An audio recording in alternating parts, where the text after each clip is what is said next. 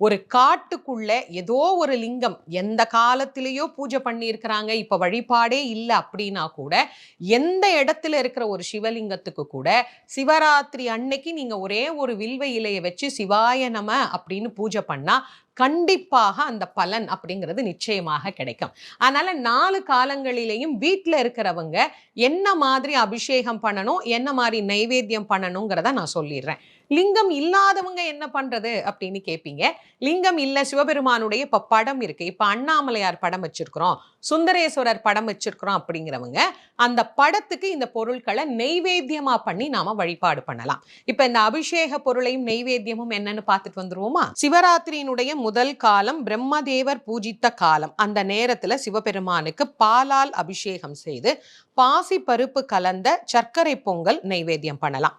2வது காலம் மகாவிஷ்ணு வழிபாடு செய்தது. அதனால் அந்த காலம்